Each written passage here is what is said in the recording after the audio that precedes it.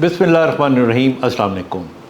आज हम बात करेंगे कि कुछ लोगों के हाथ और पाँव सुन्न क्यों होते हैं, क्योंकि ये ऐसी कंप्लेन है कि जो तकरीबन हर उम्र के लोगों ने कहीं ना कहीं इसका ज़िक्र किया है। देखिए, जो तो बड़ी उम्र के लोग होते हैं उनमें जिनको शुगर होती है उनके अंदर तो ये बिल्कुल एक आप समझ लो कि टाइम इंटरेस्टेड बात है कि लोगों के हाथ और पाँव सुन्न होना शुरू हो जाते हैं और इसको हम डायबिटिक न्यूरोपैथी कहते हैं। और जो पाँव हैं वो सिर्फ सुन्न नहीं होते या सिर्फ सुन्न होने की फीलिंग नहीं होती, बल्कि बाज़ औक़ात जो पाँव हैं उनमें जलन भी होती है। और फिर एक और बात जो देखने में आई है और वो ये है कि अगर आप हाथ से पाँव को टच करेंगे या रुई से या किसी चीज़ से तो सेंसेशन भी कम होती हैं। यानी आपके पाँव को महसूस होता है कि आपको कि ये सुन्न हो गए हैं। आप उन्हें हाथ लगाते हैं तो ठंडा गर्म का भी पता लगना कम हो जाता है और बाज़ औक़ात इनके अंदर जलन या चुभन भी होती है। तो ये अगर अलामतें हों तो ये अलामतें इंडिकेट करती हैं कि आपको डायबिटिक न्यूरोपैथी है।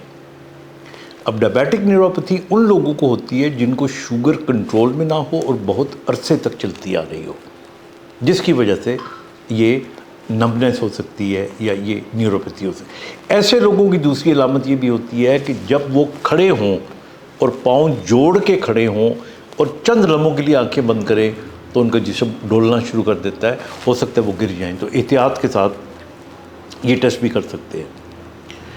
अब इसके अलावा B12 एक हमारी डेफिशिएंसी होती है, यानी जो विटामिन B है अगर उसकी कमी हो और ये बाकायदा, तो ये किसी उम्र में भी हो सकती है और ख़ास तौर पे बड़ों में तो होती है, नौजवानों में भी अगर इसकी कमी हो जाए, जिसकी बहुत सी वजूहात हो सकती हैं। विटामिन B आपका जो कॉम्प्लेक्स है उसकी ग़िज़ा अगर आप इस्तेमाल नहीं करते, कुछ लोगों को इसके अंदर बीमारी ऐसी होती है जिसमें विटामिन B की कमी हो जाती है।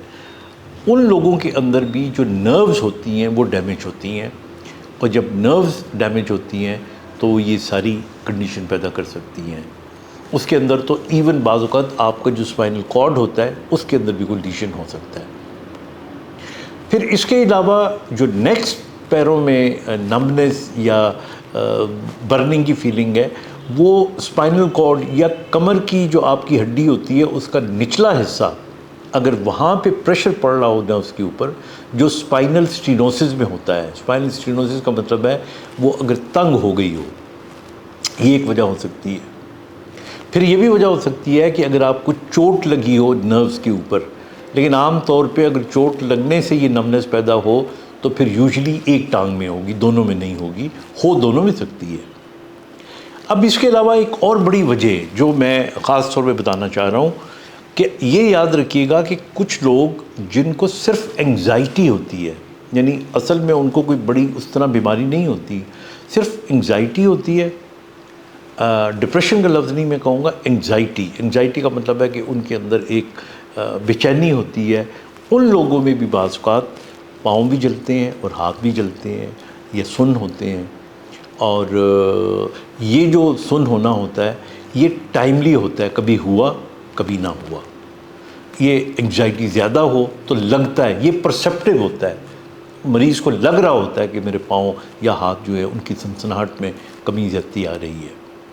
अच्छा, हाथों की अगर हम बात करें तो हाथों में औरतों में जो कॉमनेस्ट है वो कार्पल टनल, यानी एक ये नर्व होती है, ये अगर दब जाए तो इसकी वजह से हाथ सुन्न होता है। और ख़ास तौर पे रात को सोते हुए औरतें, मर्द भी, और वो औरतें ख़ास तौर पे जो प्रेग्नेंट होती हैं या जिनमें मोटापा होता है, फिर हाथ सुन्न होता है और ये उंगली बच जाती है, ये 3 उंगलियां अंगूठा, बल्कि इसकी भी आधा हिस्सा बच जाता है।